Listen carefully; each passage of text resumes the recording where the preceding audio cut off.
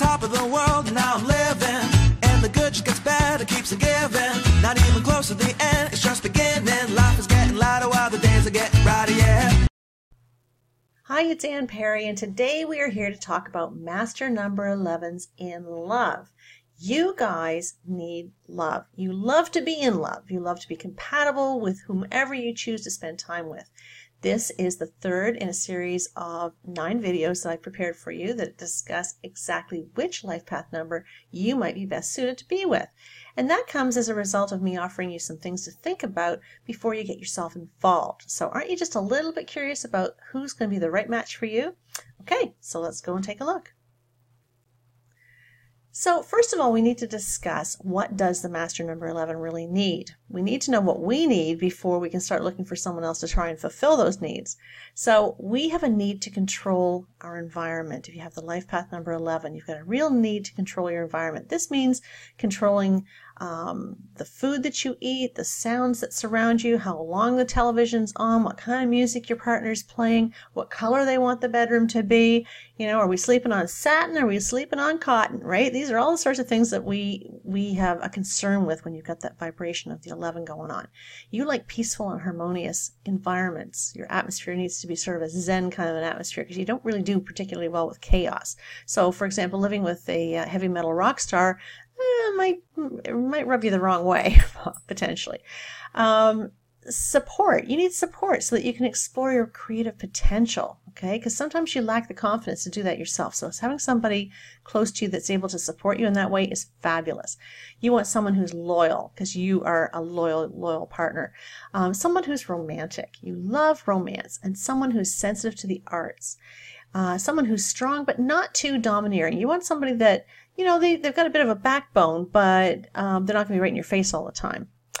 All right, so let's take a look now at what does the life path number 3 require. What do they really need? They need social interaction. Now, this can be a bit of a problem for you because you sometimes prefer one-on-one interaction rather than the group dynamics. But 3s are people that really like to have the group. They like to have that social thing.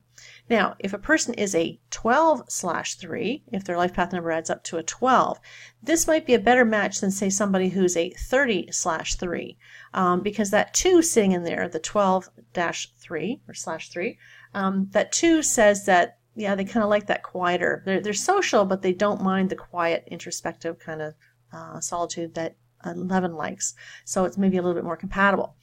A space to allow their creative juices to flow in. They really like to have that. Patience. They need a lot of patience. Opportunities to inspire others, often outside of the relationship. Someone who appreciates a great sense of humor, because the 3s typically have a really good sense of humor, so they're going to hope that you get that.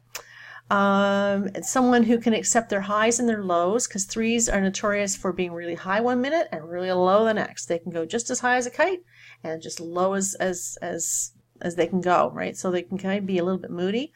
Someone who can communicate well, because they are the communicators. The 3s are always going to be the communicators.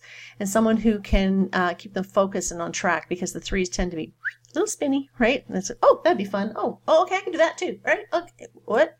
We got to stay focused? Okay. So sometimes you got to have someone who's going to keep you a little bit more grounded. So what do each of you bring to the relationship? Well, if you are a master number 11, you're going to be bringing compassion, sensitivity, an interest in spirituality, things that go bump in the night, right? You like anything to do with the divination arts, very creative. You bring understanding. You can see both sides of a situation. You're a really good listener, very loyal. You're very inspirational. You like to inspire other people, very passionate, very romantic, and a real need for partnerships. The 2s like to have a solid connection with one other person. The life path number 3, on the other hand, has a real sense of humor. Not to say the 11s don't, but this is something that you really see very quickly in a 3. They're excellent communicators. They really like to use any way they can to express themselves. They're social by nature. They're a social creature who really inspires group activity, so they love to get the group together. They handle a crisis very well. Even though they can be a little spinny and out there, they really do handle crises very well. Very flexible, very adaptable, creative and artistic, unconventional. They don't have to play by the rules. They have excellent imagination, and that's a nice bit of compatibility there for the 11s, because the 11s are very imaginative as well, and they have really good vision. They're very joyful, and they can be very, very playful as well. So they can be a lot of fun. Negative aspects to the 11 and the life path number 3. Now, the only reason I bring up the negative aspect, because anybody who knows me well knows that I really try not to look at the negative side of anything, but when you're trying to consider a relationship, you need to be well informed, okay? So the point in proposing this to you is so that you can be aware of what you're getting yourself into, so you can ask the good questions around each person's life path number. So the master number 11, the negative side of the master number 11 is this is somebody who is very, very sensitive. They are somebody who suffers from sensitivity when it comes to a cursed word, or could be sensitive to music, could be sensitive to sound, to light, to food, to all kinds of things. They're people pleasers. They give to excess. They really do. They really like to please, because remember, the 11 is one of 2 people. So they like partnership, and they really have a fear of being rejected, because partnership is so important to them. So they tend to be the people pleasers that sometimes try a little too hard. They sometimes will get frustrated with their position in life, and they might point the finger outside of themselves to blame other people for that. They need partnership, as we talked about. They can be kind of smothering because they have that crazy need for partnership. They can set unrealistic standards for themselves. They set the bar so high. Remember, the 11s have all that cellular memory that says, I got this, I've been there, I've done this, I've done it a million times before in my previous lifetimes. Even though you're not consciously thinking that, it's in your cellular memory. And so your cellular memory says, oh yeah, you got this, no problem. So you set the bar this high based on 2,000 years worth of experience, but really you're only about 35 in here. So there's this big space of unrealistic expectation in there that you're just not going to meet. So learning how to bring that level of expectation down is helpful, but that is one of the negative sides of an 11. They can suffer from depression as a result of self-perceived failures. They set that bar so unrealistically high. It's crazy high. They don't meet the expectation, therefore they crash, they burn, they feel bad, they get depressed. The life path numbers of 3. Now these guys have a lot of self-doubt, as do the master number 11. So the master number 11 is a poster child for I'm not good enough, right? They just don't feel good enough. And so, but the 3s can go there too. So when you put the 2 of you together, if you're both kind of in a crappy spot, it can be a bit of a challenging relationship. So they do, life path 3s, they do suffer some self-doubt. They have a lack of confidence in themselves and in life in general sometimes. They just look at humanity and go, oh, what's the point, They can suffer from depression, as can the 11s. They look outside of themselves for validation. They have to be part of the group. Remember, they don't like to be on the outside. They want to be part of that group, so they'll look to the group for validation. They lack focus and sometimes discipline, so they're big procrastinators. The 11s can be too, because the 11s are huge... they have a huge need for perfectionism, right? So that can kind of trip them up a little bit. They need lots of stimulation, the 3s do. Oh my gosh, they've got to be busy, busy, busy all the time. And like I said, they can be the procrastinators. Okay, so are the 11s and the life path number 3s compatible? Well, you need to ask yourself this before you make that decision. It's not for me to say that, yes, you're compatible, because remember, there's so many other components in a numerology chart that will cause you to be compatible or incompatible. There are certain life path numbers that, yeah, they're more compatible. Typically, an even number life path number will go better with an even number life path number. So, a 2 and a 4 would be a better match than, say, a 2 and a 3. Because the 3 is an odd number, making them an odd person, right? I'm a 7. I'm an odd number. I'm an odd person. I get that. I own it. It's me.